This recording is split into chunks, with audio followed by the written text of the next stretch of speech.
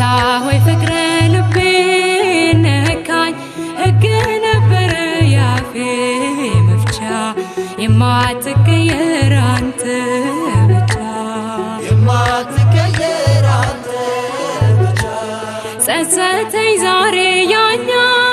ወራት አንተን ሳላውቅ የኖርኩበት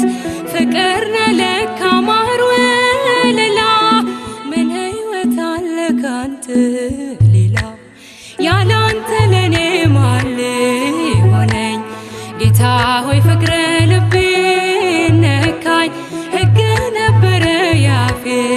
መፍቻ የማትቀየር አንተ ብቻ